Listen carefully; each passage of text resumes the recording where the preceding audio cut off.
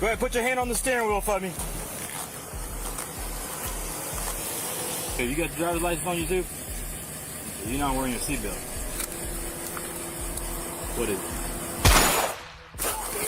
He thought it was just another traffic stop. Until a bullet tore through his leg and everything changed. What happened next will haunt you. On July 13, 2025, Kentucky State Police Trooper Jude Remilien pulled over a vehicle near Bluegrass Airport in Frankfort, Kentucky. He'd been on patrol for years, a familiar face to many in the community. That morning, he pulled up behind a black pickup truck that had been reported for suspicious behavior. The driver seemed nervous, fumbling with the seatbelt and avoiding eye contact. Mark calmly asked him to place his hands on the steering wheel. "Go ahead and put your hand on the steering wheel for me," he repeated, trying to keep the situation calm. But something felt off. The man hesitated. The tension in the air was thick. Why was the driver so nervous? What was he hiding? Mark asked for the driver's license. The man rolled down the back window, mumbled something unclear, and then suddenly, without warning, shots rang out. Mark was hit in the leg. The pain was instant and overwhelming. He dropped to the ground, clutching his leg, while the suspect sped off toward the airport. Chaos erupted. Fellow officers and bystanders rushed to help. Someone shouted. The urgency was real. Blood was pouring, and the clock was ticking. A belt was quickly turned into a tourniquet. Another man offered water, trying to keep Mark conscious. "Stay with us," they repeated over and over.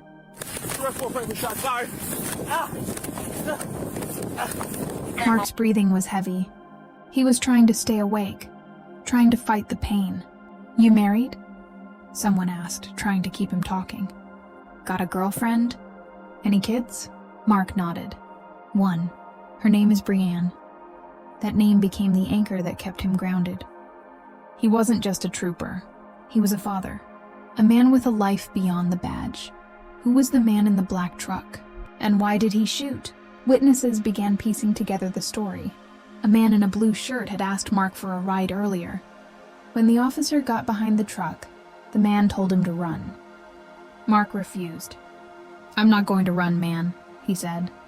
That moment of integrity may have cost him dearly. The suspect then stole the truck and fled. He nearly hit other vehicles in his escape, leaving behind a trail of confusion and fear. "He almost hit us," one witness said. I'm sorry, man. If he had been 15 seconds earlier, he would have knocked me right out.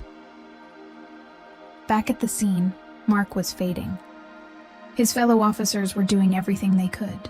"Pour water on his forehead," someone said.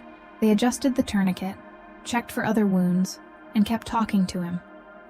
"You okay? Stay awake. You're going to be all right." The sirens finally echoed in the distance. Rescue was near, but time was running out.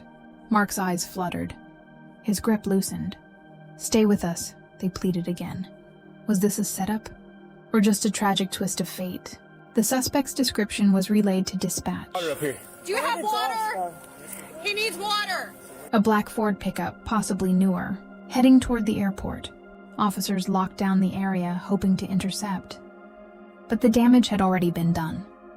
Mark's blood soaked the pavement, his uniform torn, his body trembling. Yet his spirit held on. He kept thinking of Brianne. Her smile, her laugh, her future. He had to survive for her. The man in the blue shirt was questioned. He seemed shaken but cooperative. "He told me to run," he repeated. "I said no." That decision may have saved lives. But it also triggered the suspect's rage. The motives were unclear. Was it fear? Was it desperation? Or something darker? Investigators would later piece together the suspect's background. Warrants, prior offenses, a history of running from the law. But none of that mattered in the moment. What mattered was saving Mark. Would the ambulance arrive in time? Or was it already too late? The rescue squad finally reached the scene. Mark was barely conscious. His fellow officers helped lift him, still applying pressure to the wound. "He's got one bullet," someone said. "Right leg." The paramedics worked quickly.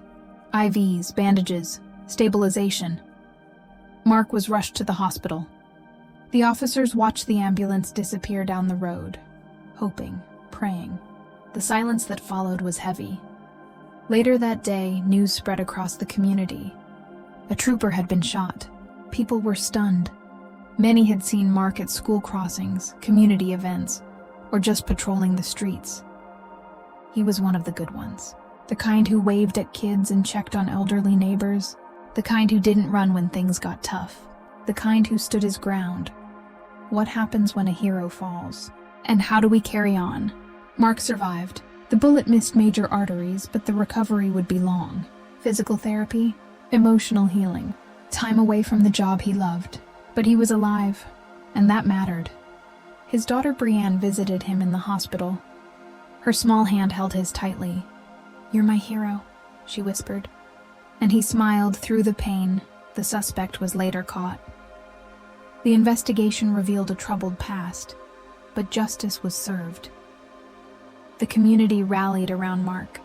Fundraisers, cards, support. His story became a symbol, not just of bravery, but of resilience.